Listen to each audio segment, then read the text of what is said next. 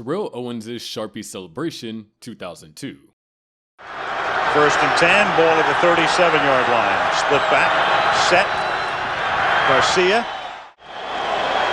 What is that a pen? Yeah, he had a pen in his sock. Monday Night Football, 2002. Terrell Owens, playing for the San Francisco 49ers, scored a touchdown against the Seattle Seahawks. Owens reached into his sock, pulled out a Sharpie marker, and autographed the football before handing it to a fan in the stands. The crowd went crazy. Teammates laughed. Commentators were stunned. It was creative. It was bold. And the NFL hated it. The very next week, the league issued a warning. Props that aren't part of the uniform were officially banned. No hidden items. No markers. Nothing pulled out of socks or equipment. Owens was fine, but his Sharpie celebration lived on as one of the most iconic moments in NFL history. Joe Horn's cell phone celebration, 2003. December 14th, 2003, the Saints were playing the Giants on Sunday Night Football. New Orleans receiver Joe Horn caught a touchdown pass, jogged to the goalpost, lifted up the padding, and pulled out a hidden flip phone. He pretended to make a call, holding the phone up while teammates crowded around. The NFL fined Horn $30,000 the next day and immediately clarified the rule. Players could no longer hide props on the field, in the goalpost padding, or anywhere else in the stadium. The celebration was deemed planned, premeditated, and unsportsmanlike. Horn later said that he did it for fun and to give fans a laugh, but it became one of the most infamous banned celebrations ever. Years later, Michael Thomas, also a Saints receiver, paid tribute to Horn by doing the exact same phone call celebration in 2018. He was fined the same $30,000. Chad Johnson Hall of Fame jacket, 2005. Few players tested the NFL celebration rules more than Chad Johnson, later known as Chad Ochocinco. He was a master showman, constantly pulling out skits after scoring touchdowns, but one of his most memorable and costly came in 2005. After scoring against the Ravens, Johnson ran to the sideline, slipped on a custom-made gold jacket, and revealed the word stitched on the back, Future Hall of Famer. The NFL didn't find it as funny. Johnson was fined, and the league doubled down on his ban of props, costumes, or uniform alterations during celebrations. Anything pre-planned that altered the official look of the uniform was out. For Chad, the fine was just part of the show. He racked up more than $100,000 in career fines for celebrations that included golf putts with pylons, CPR on the football field, and even proposing to a cheerleader mid-game. The Hall of Fame jacket, though, became the most infamous. Randy Moss's mooning celebration, 2005. January 9th, 2005, NFC wildcard game. The Minnesota Vikings were playing the Green Bay Packers at Lambeau Field. Late in the game, Moss caught a touchdown. As he jogged back to the end zone to celebrate, he turned to the Green Bay crowd, bent over, and pretended to moon the fans. For most people watching, it was a playful jab. Packer fans were notorious for lining up buses outside Lambeau to moon opposing teams, so Moss claims he was just giving them their own medicine. But the NFL didn't see it that way. Broadcaster Joe Buck called it a disgusting act live on air, and the league fined Moss $10,000 the next day. The celebration was immediately banned as obscene conduct. Antonio Brown's twerking celebration, 2016.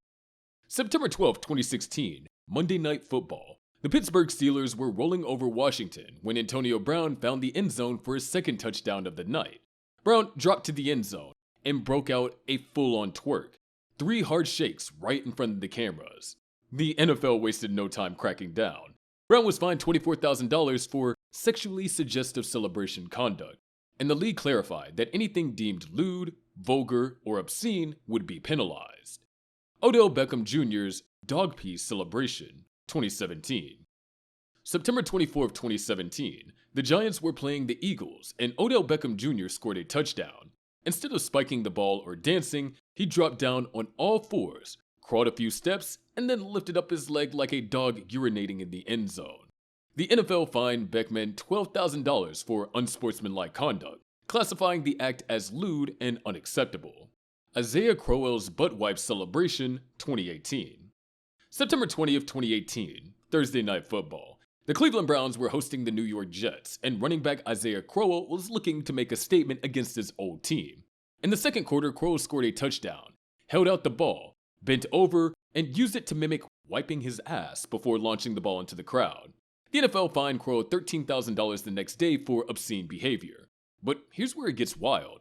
The stunt actually paid off. The toilet paper brand Dude Wipes reached out to Crowell and signed him an endorsement deal. What started out as one of the most inappropriate band celebrations in league history turned into a marketing opportunity that reportedly earned him millions.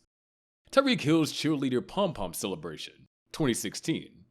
December 8, 2016, Arrowhead Stadium. The Kansas City Chiefs were battling the Oakland Raiders on Thursday Night Football when Tyreek Hill broke free for a long touchdown. After scoring, Hill ran straight to the corner of the end zone, grabbed a pair of cheerleader pom-poms, and began dancing with them in front of the crowd. The league fined Hill $12,154 for use of a prop during a celebration, reinforcing its long-standing ban on outside items being brought into the end zone. Tyreek Hill's peace sign, 2017. By 2017, Tyreek Hill was already known as one of the fastest players in football. When he broke into the open field, defenders rarely stood a chance. But what made his touchdowns truly viral wasn't just the speed, it was the way he celebrated. As Hill sprinted past defenders, he threw up the deuces sign, flashing a peace sign back at whoever was chasing him. Officials ruled the peace sign as taunting, which falls under unsportsmanlike conduct. Hill was fined over $10,000 for flashing it during games, even though it was nothing more than 2 fingers in the air.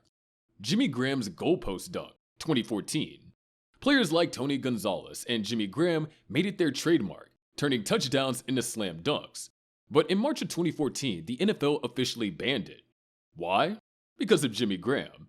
During a game against the Falcons in 2013, Graham threw down such a violent dunk that he bent the goalpost, causing a delay while the stadium workers tried to fix it.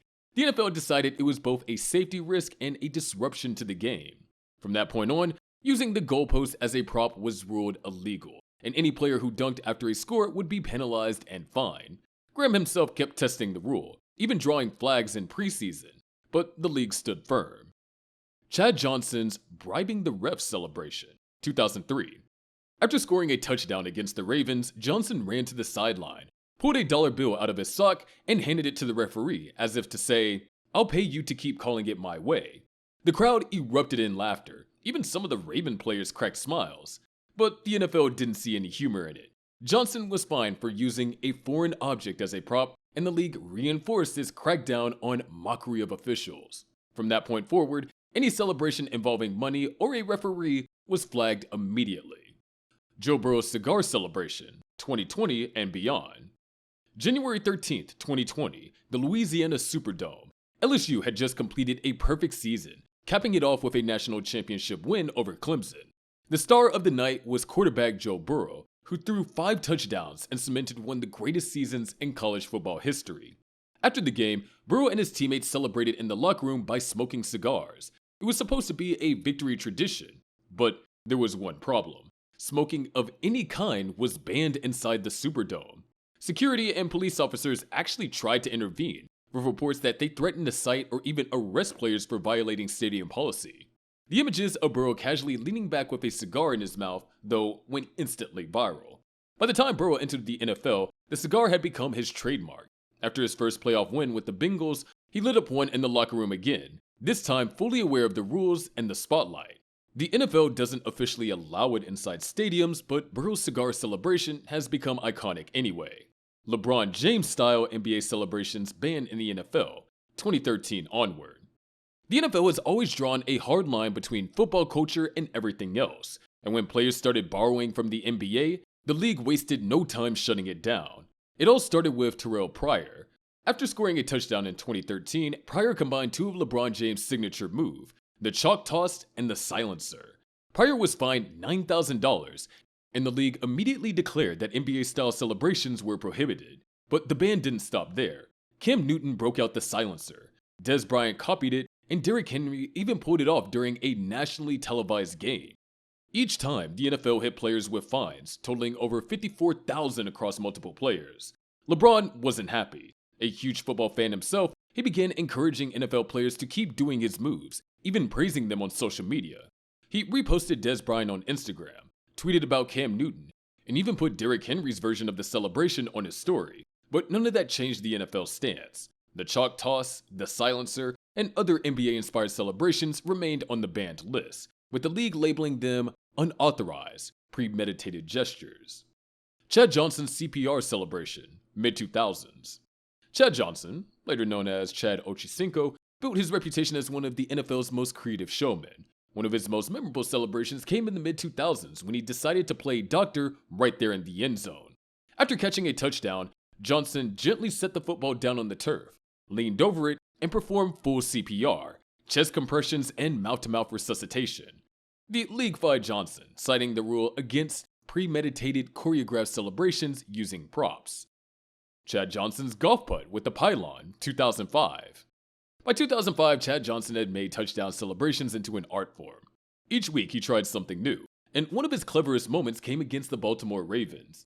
After hauling in a touchdown, Johnson ran to the back of the end zone, picked up the orange pylon, and dropped the football onto the turf, and he used the pylon like a putter. He lined it up, gave it a little swing, and knocked the ball through an imaginary hole. It was creative, it was harmless, and of course, it was banned. The NFL fined him for using a piece of the field as a prop. So what do you think? Did the NFL go too far in banning these moments, or were they right to keep the celebrations in check? Drop your thoughts below and let us know which band celebration is your all-time favorite. Lance Moore's hip thrust third pump celebration, 2013. After scoring a touchdown, Moore broke into a dance routine made famous by the Key and Peele sketch, the hip thrust. In the comedy skit, the joke was that the third pump was when the refs would throw the flag. Moore decided to test that out in real life. He hit the first pump, no problem. The second, still fine. But as soon as he went for the third, out came the flag. The refs penalized him for 15 yards for unsportsmanlike conduct, and the league fined him after the game. The NFL's reasoning was simple. Any app of hip gyrations, pelvic thrusts, or sexually suggestive movement is banned.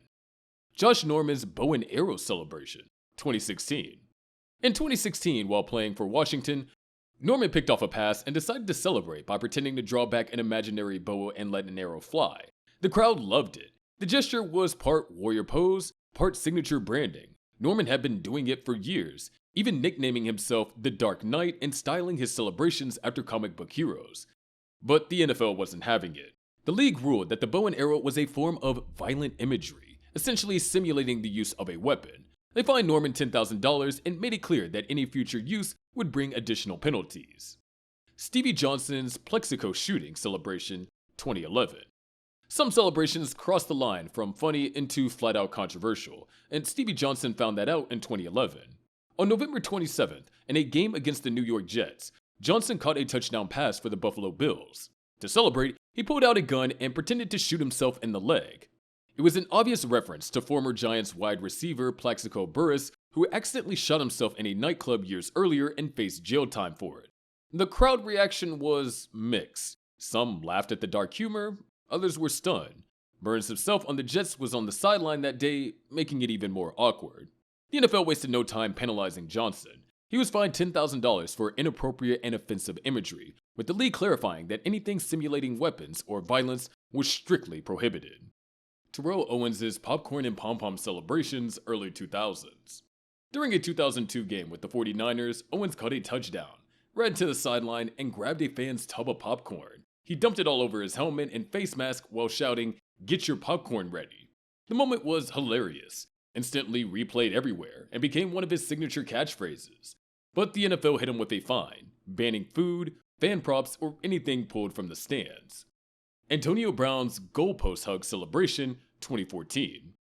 If there's one player who constantly tested the NFL's limits on celebrations, it was Antonio Brown.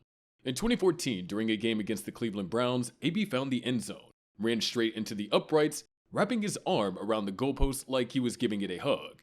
The league fined him $11,000 for using the goalpost as a prop. Logo stomps. Disrespecting an opponent's logo is another big no-go. The most infamous case came in 2000 when Terrell Owens sprinted to the Dallas Cowboys star at midfield not once, but twice after scoring touchdowns against his former team. On the second attempt, Cowboys safety George Teague leveled him, sparking chaos.